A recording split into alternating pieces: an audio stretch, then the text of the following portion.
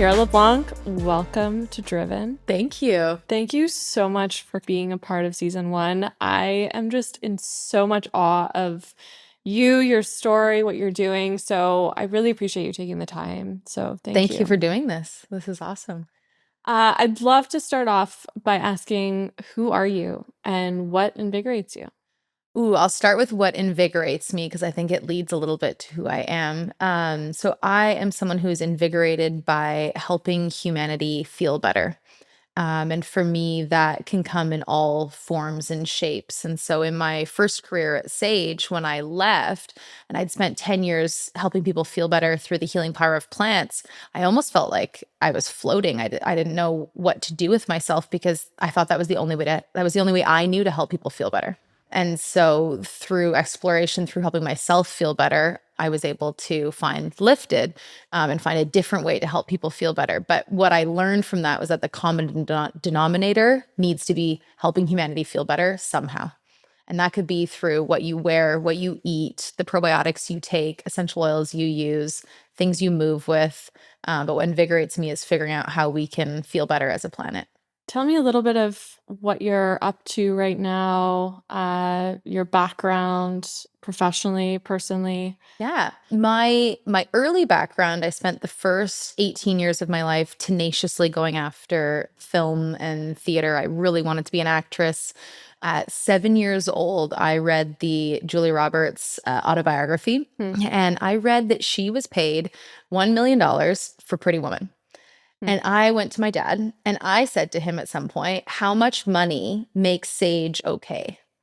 And, I'd grown up in startup life and in small business life, and money was a constant conversation.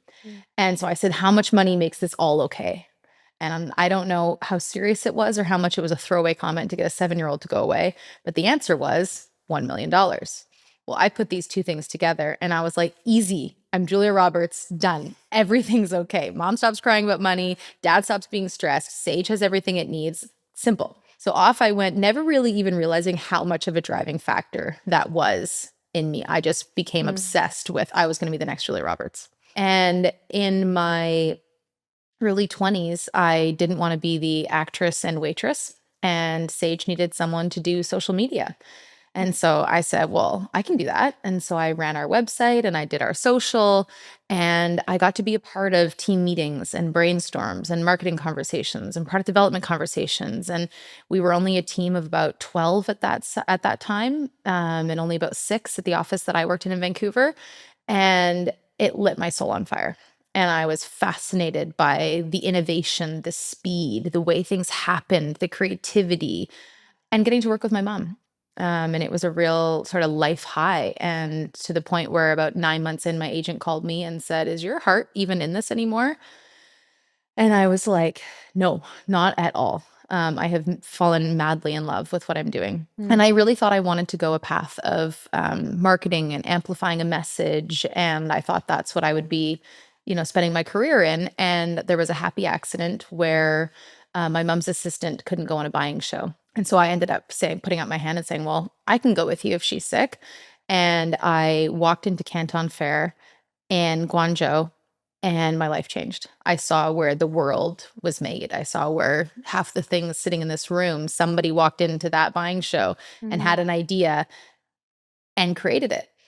And it was the happiest week of my life, just getting to dream and create and do this with my mom. And so I spent 10 years doing that at Sage. And my thesis at Sage really was, no matter what the title, I probably had, 10 different titles through my time there.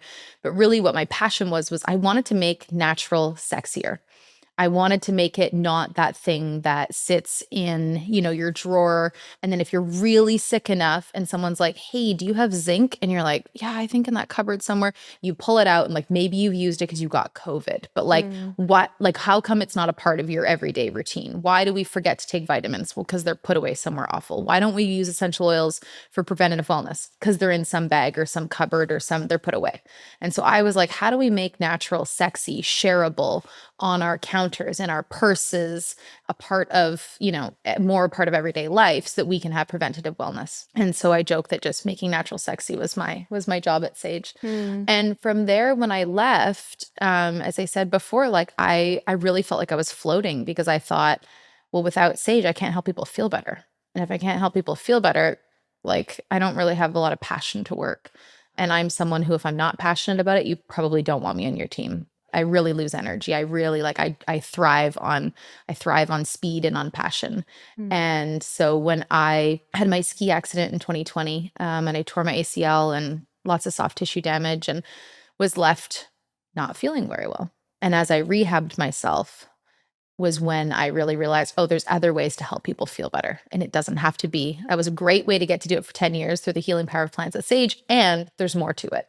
Hmm. There's other ways that I can do this. More. I can do more. Yeah. And it was kind of this, it felt really silly that I was like, why did I think the only way to help people feel better was through essential oils? Like that's so far from the truth. But it was what I knew, Sage was born only 2 years after I was. So for me, Sage was what I'd known my whole life. And so to reinvent and refigure out, who am I without this? And what do I care about without this? And I'm really excited that that's turned to lifted. I would love to hear what one of the greatest lessons that you've learned about yourself through working at Sage.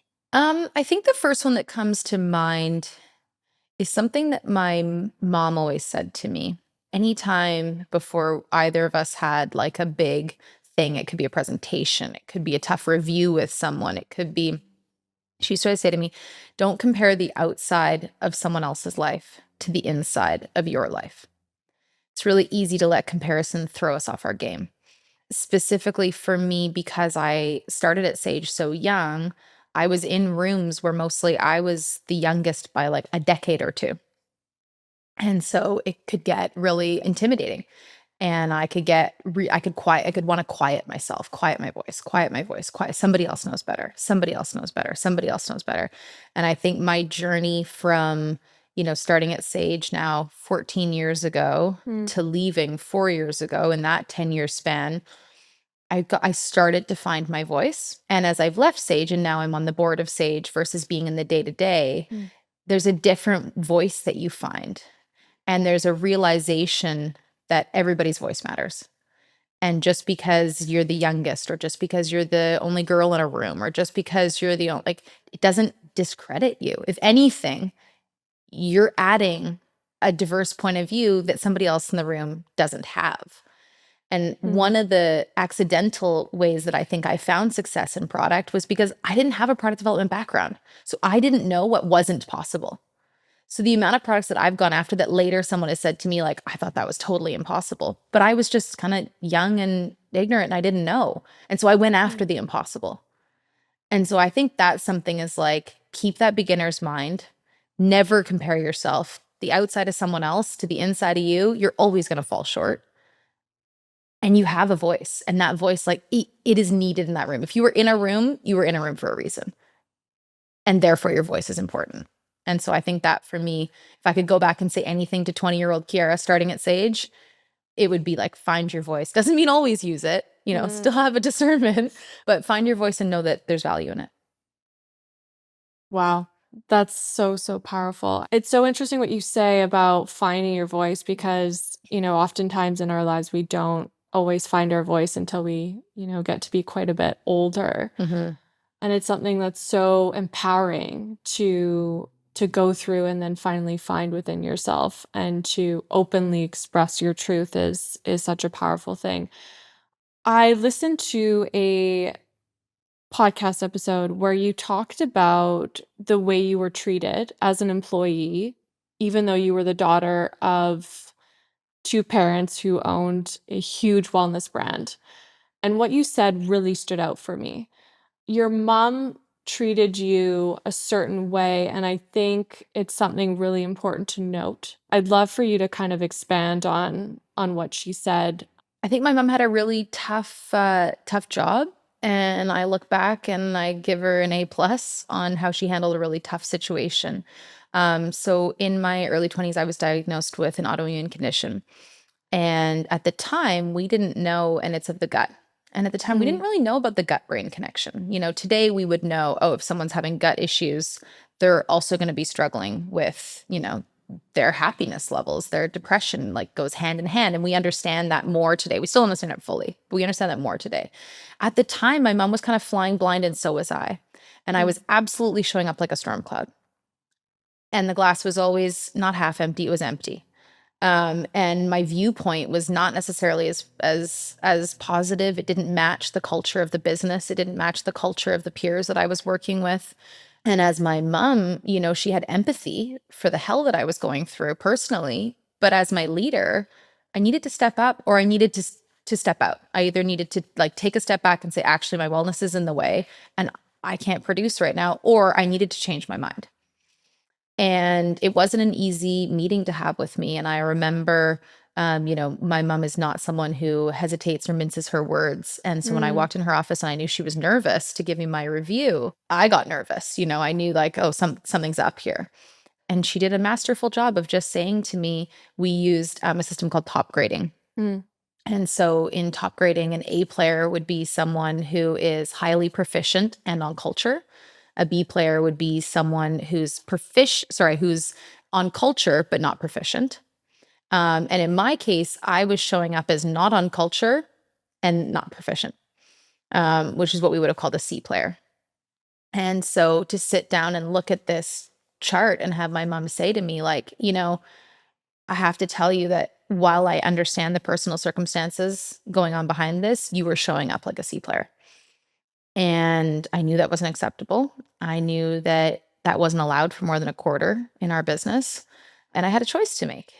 And it was hard. And I chose the path of calling anyone that knew about top grading and saying, like, what do I do? How do I turn this around? I got a coach.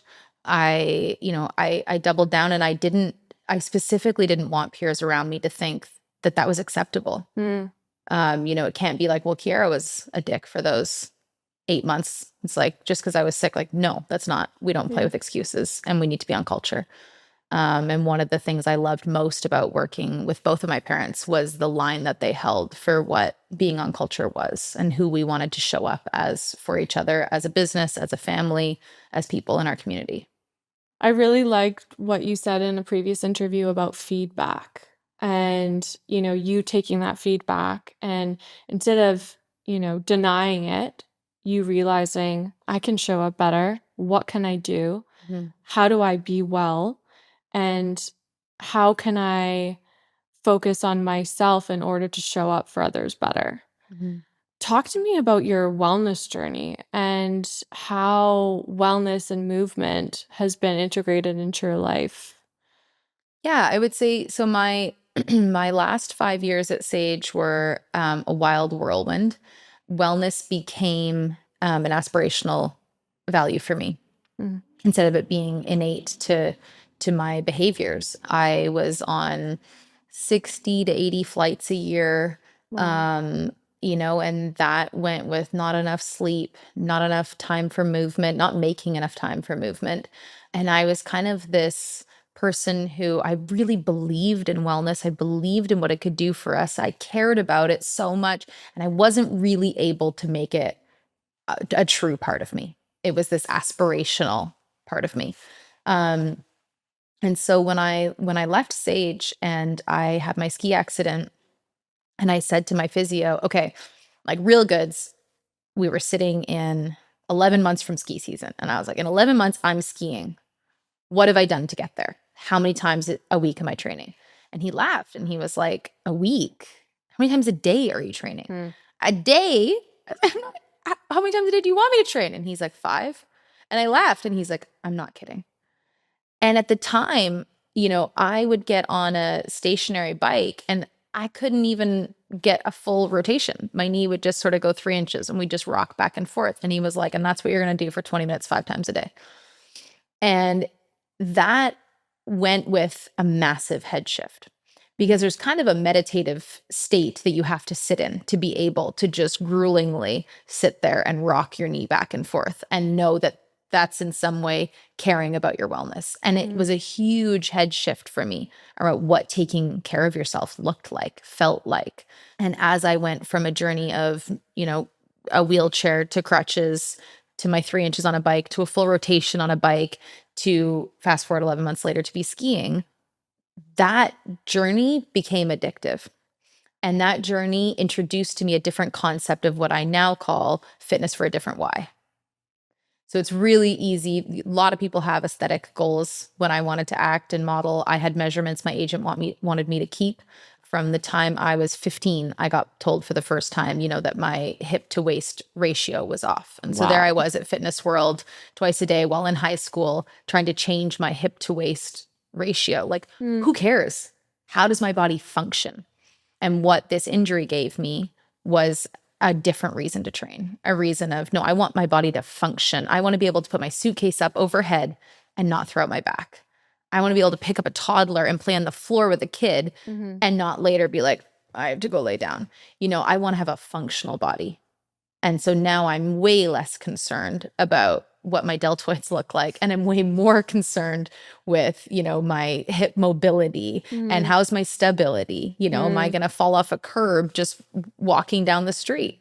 And so changing that into a why being about function instead of aesthetic was a really big life change for me.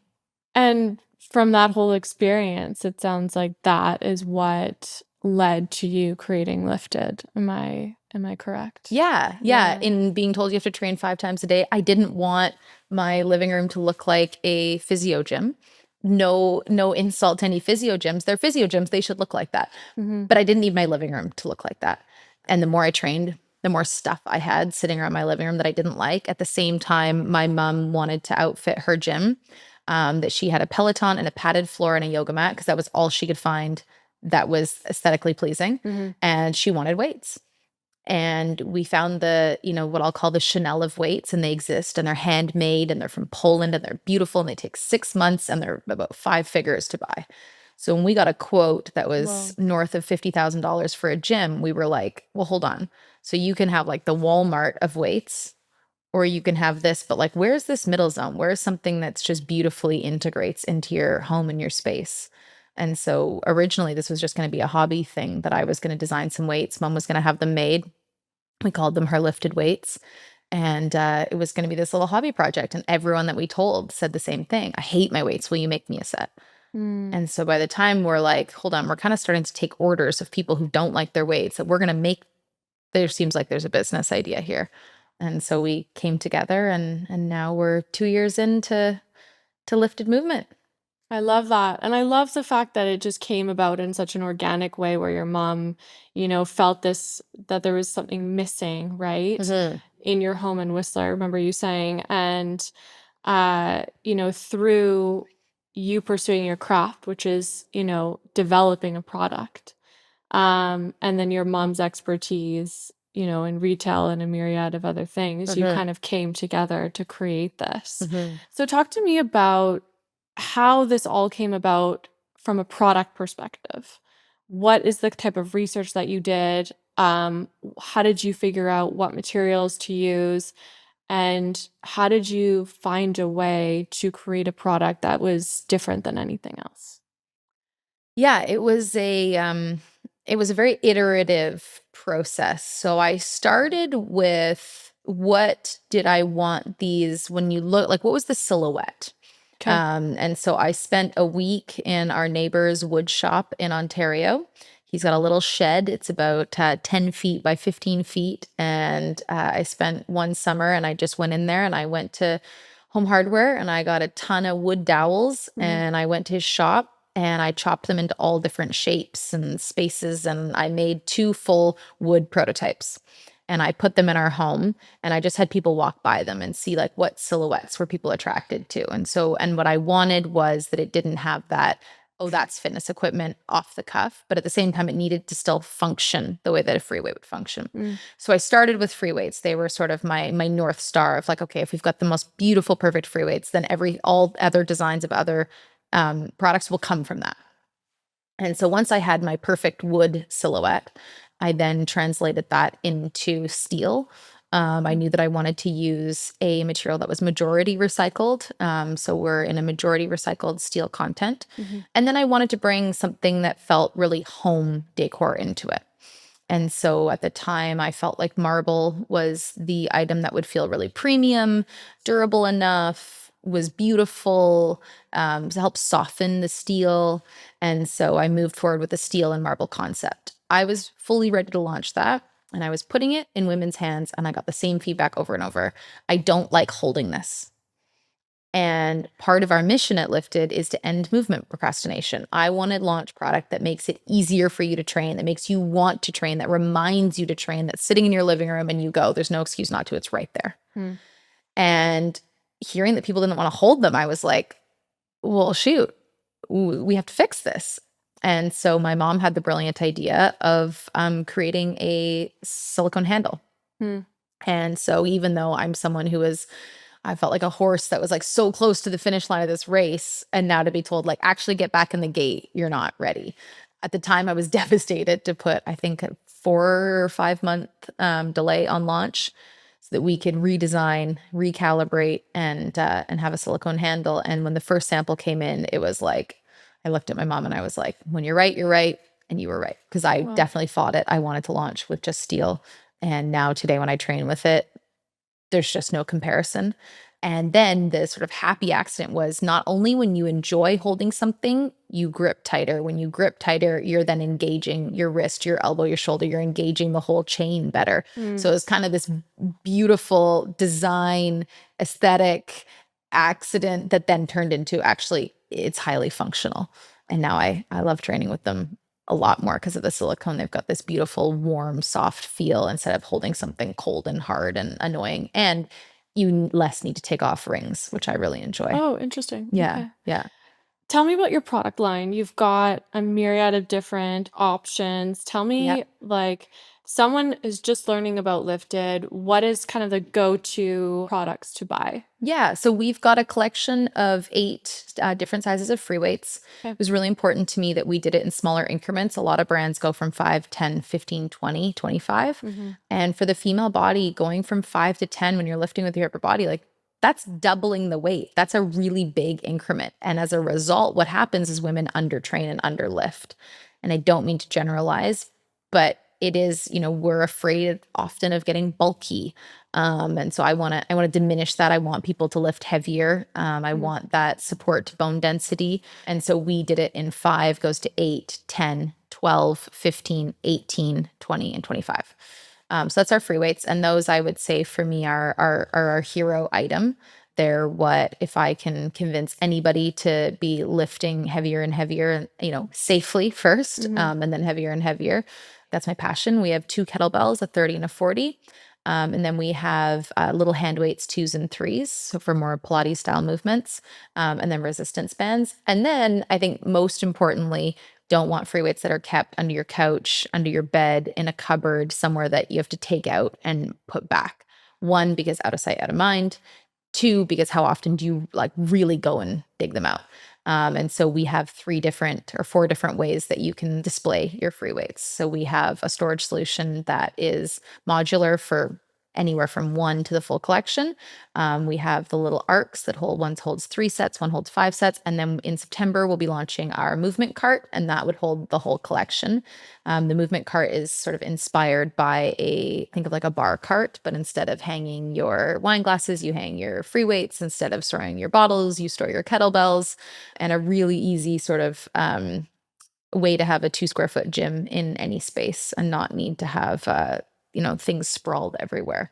And so Hmm. that for me, the store and display solutions really are our differentiating factor to say, don't put this away. When you don't Got have to it. hide it, you'll reach for it. I love that. I love that you've created a product too where there's that intersection of home gym equipment, but also home design. How do you stay innovative with creating a product or products that can be in one's home despite them maybe changing up their home design or homes in general? How do you stay innovative? I want to solve the problem of how sedentary we are as a planet. And so every time that I right now witness something, someone in a sedentary, like I'm constantly just staring and thinking, how could we also be moving? How could your hips be being opened while we're doing this? Like, it's Mm. amazing to me. I was reading a book recently that was talking about the sort of, we've all heard the sitting is the new smoking quote. And I was reading a book written by two athletes called Built to Move. And they were saying, set a timer on your phone and you want to stay under 6 hours in total for the day. But sitting on the floor doesn't count. Because if you think about even us right now, right, it's really easy the way I'm sitting to sit in the same position. If you and I were on the floor, right, we would have been like, we would have stretched our legs, we would have moved this Totally. way, we would have moved this way, we would have been opening our hips, we would have been closing our hips, we would have been, Yeah. but the way that we've designed all of these beautiful chairs and couches and lazy boys specifically to say, here, we're going to hold your body in a way that you're not going to move. Right now, I'm just in the fight with that in my own mind. And Mm. so all of my ideas come from, okay, but how could we be moving right now? How could we still have the comfort, but how could we be working on joint health? How could we be stretching something? How could we be not being so sedentary? And so I think if I look around a living room, a dining room, an office, there's so many tools for being sedentary. So for me, the Mm. innovation right now is like, it's all really low hanging fruit. It's like, how do we innovate on all of these sedentary tools that we have to make them help us be more mobile people? I love that. I love it so much. You said previously in an interview, you were talking about the whole idea of, sure, we move for an hour at the gym, Hmm. going for a run, being on the bike, but when we get back home, we sit down. And so to have that like kind of constant reminder somewhere in your house that's Hmm. close by Hmm. for you to, what would it be in the case? Like, lifting one of the weights or just walking around Sure. with it. It's Like literally that's, like the message that my Chinese medicine doctor and I work with is the visualization of gravy. And so if you think of your blood as when you're sitting, it's gravy and you want water. hmm, And so the more you move, the more your blood turns to water. The more you sit, the more your blood turns to gravy, right? And we know that the movement is what's going to regenerate our bodies, is what's going to be we're going to have more pain-free bodies. Yet we sit, then we say we're sore, and then we don't want to move. hmm. Right. So it's kind of this self-fulfilling prophecy. And I love and hate, but mostly love that my knee has become kind of like, the lights on a dashboard if you're driving your car. If I don't train for more than 2 or 3 days, my surgery knee is like, hi. And it aches, it hurts, it'll click. I'll go to walk off a curb, it feels weird. And usually, like if I go back 10 years, I would say, oh, my knee's hurting, I'm not going to train. Now I'm like, my knee's hurting, I have to train. Right. And so to understand that, like that is a big head shift that our planet is in the process of making. And I'm really happy about that. And I want to support that. I want to support us going, oh, that aches, move your body. Something hurts, move. Don't hunker in and sit still with it. You are a very multifaceted woman doing a myriad of different things. And as an entrepreneur, it's sometimes hard to integrate movement into your life uh, often throughout your day. Hmm. What does a honest, real look at your day at Lifted Hmm. with Lifted look like? Yeah. I mean, one of the things that I love most about running a startup is that most days don't look the same. And so for me, it's about keeping things like I've got weights or bands or just sort of sitting in different places around my life. So on my coffee table in my living room is like I've got candles and beads from the cross, and then 2 and 3 pound hand weights sitting there. Really? Yeah, just and they That's just cool. they just look like they're part of the thing, but they remind me. It could be that I'm chatting with someone. It's this constant reminder of like, what have I done in the last sort of 2 hours? If my phone rings, it's like instantly speakerphone, grab 2 20-pound weights and just farmer's carry while I chat.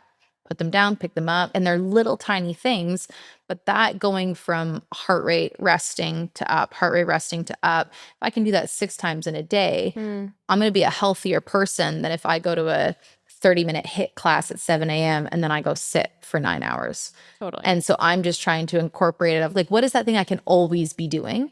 And not, if I look at my calendar and don't have 90 minutes that I can put at training, that doesn't mean, oh, I'm not moving today. Whereas in my past life at Sage, I was working so much. I'd look at my calendar, I'd see I'm booked from 8 a.m. till 6 p.m. And I'd be like, well, I'm not moving today. Right? Like I'm gonna get to the office by 8. At 6, I'm exhausted. I'm gonna eat and I'm gonna wind down and go to sleep. To me, that would look like it's a full day. I didn't think about, okay, well, in that 10 minutes that I'm going from here to there, in that, like, if I look back, I should have had this stuff in my office. And it can just be these like tiny little incremental things that they add up at the end of the day. 100%. And like once we make that a habit, our days create our weeks create our months, and our months create our years. Right? Of just taking those intentional steps towards movement. And so honestly, like if you were to look in my offices, like I can't tell you, oh, at this o'clock I do this. Because what I noticed is trying to make any program that rigid, it doesn't work. And so what I do is in the morning, I look at my day and I say, where am I going to move? And I just plot things in. It might be 5 minutes there, 20 minutes there. Oh, between those two things, I'll take that and I'll go for a walk. During that, all that. So it's just trying to like insert it in places instead of thinking about it as this, I'm going to change my clothes. I'm going to go to the gym for an hour and then I got to shower. And then that's ideal. And that's taking 90 to 100 minutes out of your day. And we can't always do that. Totally. And that's why I just want to inject lifted movement. I mean, it's why I changed our name was Lifted Fitness. Okay. And there's lots of fitness brands out there. And I love them and I love what they're doing. And what I'm passionate about is like I'm not even asking you to get to that level all the time. I'm asking people to move more versus thinking about, oh, I have to be fit. Oh, I have to. It's like, no, just move. Just constantly be figuring out how can I move my body more. And that's why we changed our name to Lifted Movement instead of Lifted Fitness. I want to know when you knew deep down that you were born to be an entrepreneur. There's a way where I would answer that I don't know if you ever know, because I think part of every entrepreneur's fear is like, we all feel like, do I really know what I'm doing?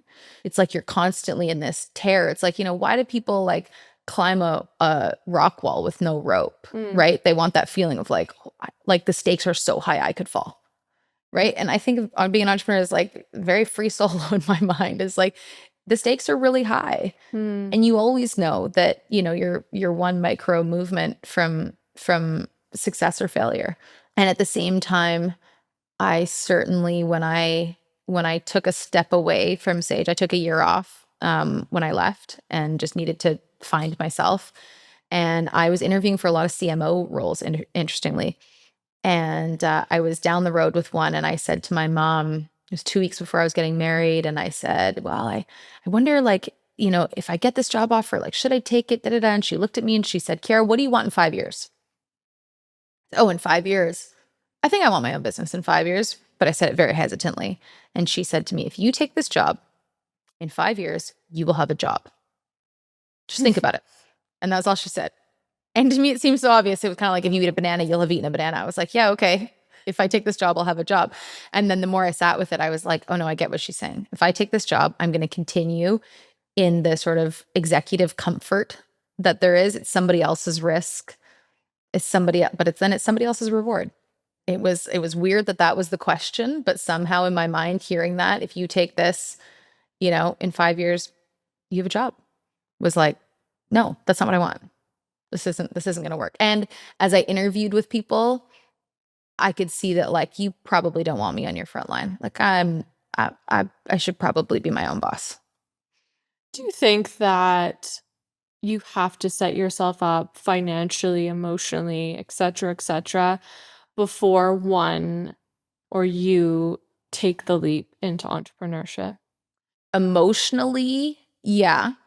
Emotionally, you need to get to a place where you're comfortable and like understand the risk that you're taking. Like, you're taking a really big risk. It doesn't mean don't do it, but understand the risk that you're taking and understand if you're comfortable with that risk. I have a friend who really wants to start his own business. And one of the things that I've said to him is I think that you will be fantastic at this, except you don't know how to ask for help. And you can't do this on your own. Being an entrepreneur is not a solo journey. It doesn't matter how driven you are, how talented you are. It is not a solo journey. Even if you think you're starting something on your own, you need people and you need to be able to ask for help. And that has been one of the hardest things to learn through starting this. So I think, to answer your question, emotionally, like, yes, you need to prepare. You need to know that you're taking a big risk. Um, and there's only so much that you can, prepare. At the same time, I would say it's a leap. It's a leap of It is a faith. leap. And so Yeah. is there an amount that you can prepare the same as, say, if you were going to be an accountant and you're like, okay, these are the courses I'm going to take and I'm going to check these boxes? No, that doesn't exist. Hmm. But there is a state in yourself that's kind of that like understanding of, oh, I'm taking a really big risk. And yes, I want to take this really big risk. And it's like, if you answer in yourself, there's nothing I would rather do, then that's the time to do it. But if you're in the back of your mind like, but I could, da da da, or but I could, it's like if it's not setting your soul on fire, Yes. Yeah. don't do it. Don't pursue it. Yeah. Yeah. Yeah. I'm reading right now 0 to 1. And one of the things they talk about is every great business has secrets. And so it's like if you haven't figured out a secret, you think about Apple. It's like Apple's loaded with secrets, right? It's a very secretive industry, the whole thing. If you've ever met someone who works at Apple, they've got 900 secrets. It's like our best brands in the world have secrets. So if you figured out a secret that you are tenacious to bring to the world and you're taking your risk and you kind of feel like, well, I'm going to do it anyways, is like, then go, sprint, run at it. But if it's not so important to you and so passionate for you, don't do it. Sage would have never been what Sage was if my dad didn't start in such a dire wellness place. He was so tenacious to get better.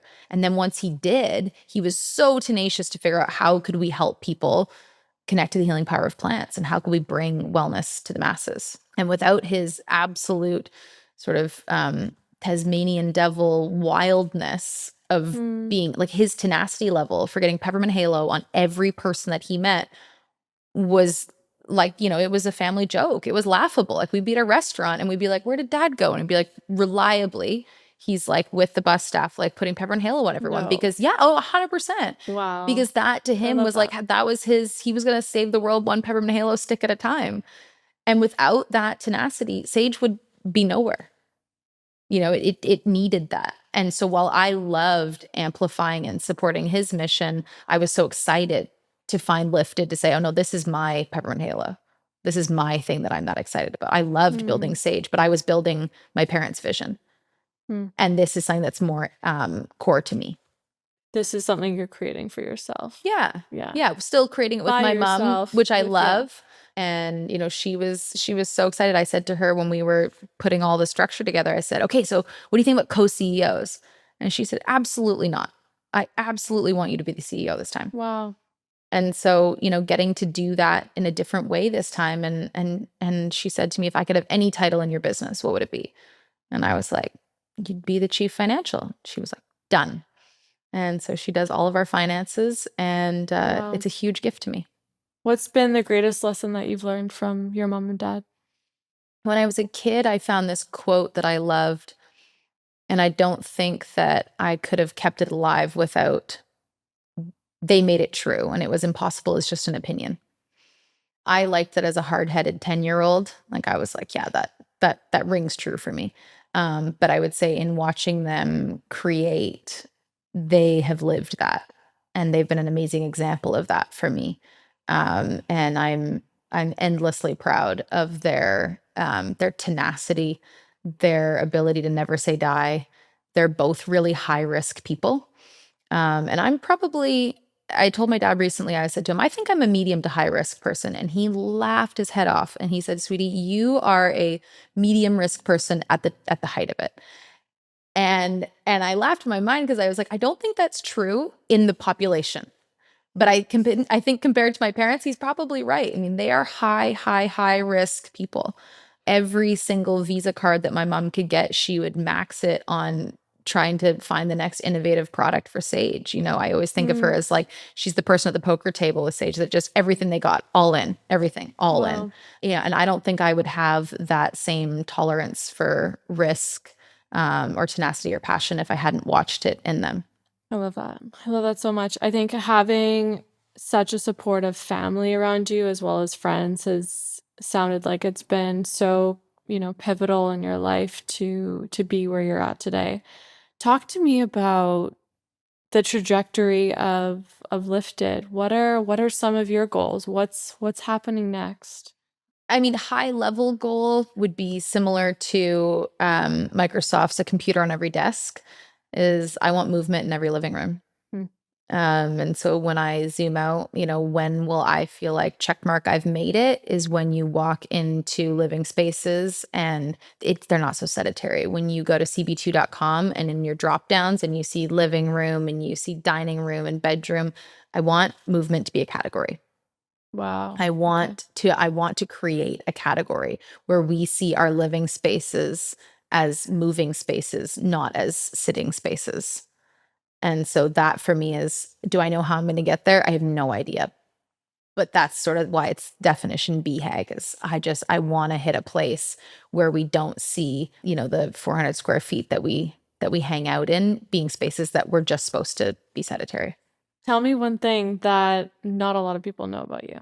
I think a thing that not a lot of people know about me, um, is probably that, having an autoimmune condition and it has had big flares in my life. And so a lot of people know that I've had these big flares. Not a lot of Okay. people know that it's a daily condition. It's something that I choose to see as my mom said to me the other day, um, I think that your condition has made you happier as a person. Hmm. And I think that she's right. I think that there's a way that I'm really grateful for life. I'm really grateful to have survived my 3 flares. I'm really grateful for like the little things. And so there's times when I kind of have like almost like a childish wonder about life, Hmm. that I think not a lot of people know about me. But I'm constantly in a state of sort of awe and appreciation that I've lived through the medical challenges that I have and that I get to be here and get to do what I do. I think the art of practicing gratitude or the act of practicing gratitude is such an important thing. And I try to Mhm. do that every day too. And I love that you, despite going through what you've gone through, but also are still faced with your autoimmune disease, something of which I don't honestly know too much about. Mhm. Uh, it's incredible that you've, framed your mindset to be a positive one. Like what is it like every day with an autoimmune disease? I I mean, know and it's different. everybody's is different. And for me, it's just I have to be incredibly careful about what I eat.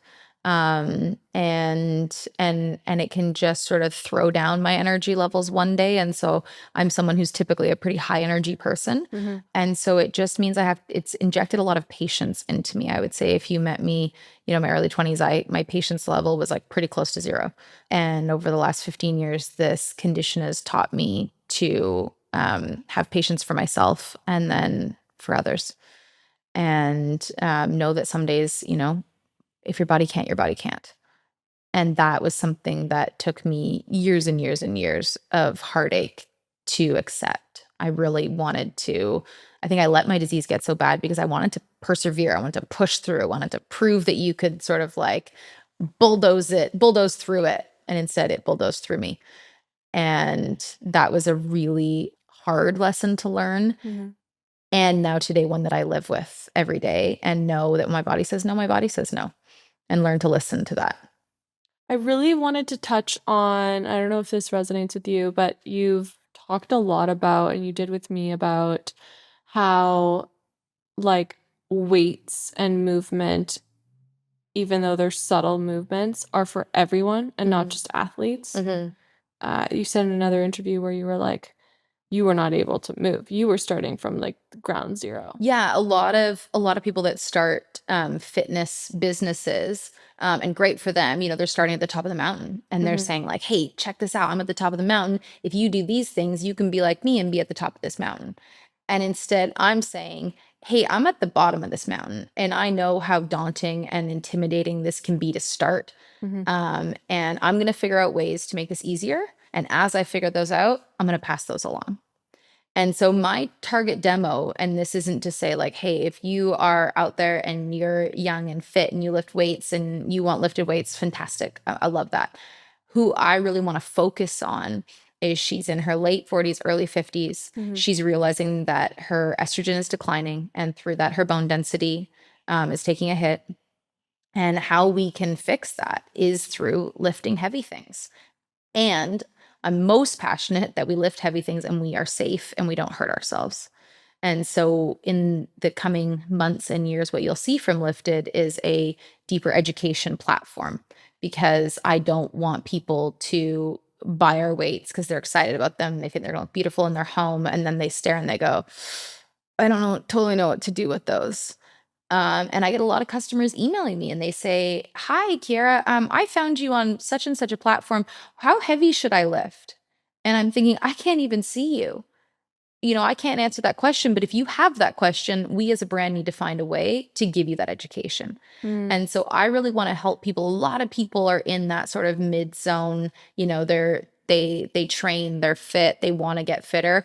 I'm more like you're the person looking at the mountain and being like, "Oh, I know I should do something about that, but I don't know what to do. And I I don't don't know know where to how. I don't know start. where to start. I don't want to Yeah. hurt myself." It's so easy to go to the gym, put yourself, make a little routine for yourself and walk out of there limping. And I've done it. And I've gone to the class with Mm. my friends because they're the same age and they're roughly the same fitness level. So I'm like, I can do this. Mhm. And I walk out of there and I'm not good for 2-3 weeks. It's like that is not a way, that's not sustainable. That's not fun. It doesn't feel good. And it's not what our bodies want. And so I really want to help people who are at that, like, I don't even know where to start. Mm. And so we're going to be putting together a product quiz that you can go through some movements in your home and answer some simple questions like how many of this can you do? How long can you hold this? And then we'll help you figure out what weights should you be lifting. Then we're going to take you through a question that's going to ask you about safety. It's going to make sure that you're safe enough to move. Mm. And then we want to know if you're mobile enough to move. And then we want to know if you have enough control. Then we can get into strength. But a lot of people just jump in and start at strength. You might not be there, and that's okay. And Mm. we want to help you from 0 to 10, not starting at, fit to fitter. What would be the best product to buy if you're living at home alone and you're wanting to get started with Lifted, or you're a couple and you want to work out together?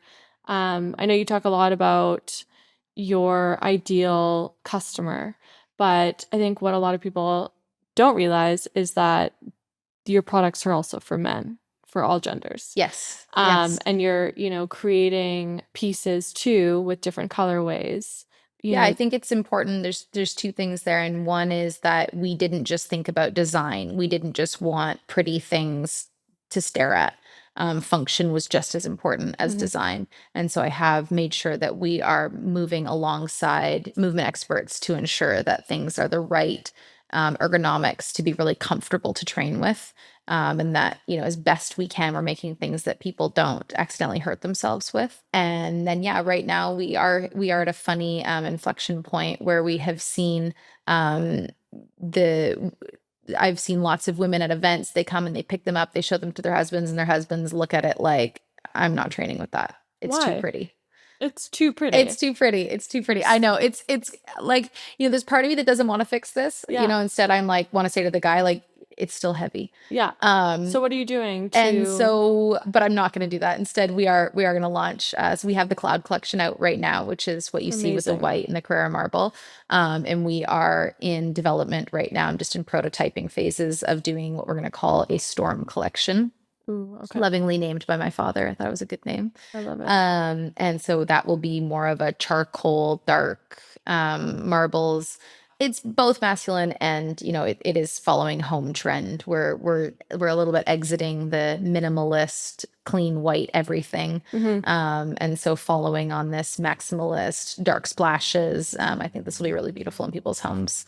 And fingers crossed, you see from us in the next, I'll say, to give myself time, I'll say 6 to 12 months. You've got something really cool happening in September. Yeah, Tell me about that. September feels like a little bit of coming full circle. So we are doing a collaboration with Saje. And so that will be our 2-pound hand weights, as well as our fabric resistance bands and extra strength, which extra strength is an amazing muscle pain formulation. That was the last product that I made before. Right there. Oh, you did? Sorry. Oh, that's awesome. My ADD brain was like, oh, I see it right Yeah, so that was the last product that I made before I left Sage. there. Okay. It's what I'm really passionate about. The active ingredient that is sweet birch. Okay. And the chemical constituent in that is called methyl salicate. And methyl salicate is like a topical aspirin. It's the same active ingredient. Okay. And so it's behaving like an aspirin without doing any damage to your stomach. And so it is a really powerful pain formula. And so what we're going to do is we're going to have a video that's going to show you a full functional body workout in under 30 minutes and how you can move and then recover and then repeat. And I love so that. move, recover, repeat is our theme. And I'm really, really excited about it because it's a beautiful little felt bag. It's over 40% off at retail. So it's going to be a really Wow. easy little gift.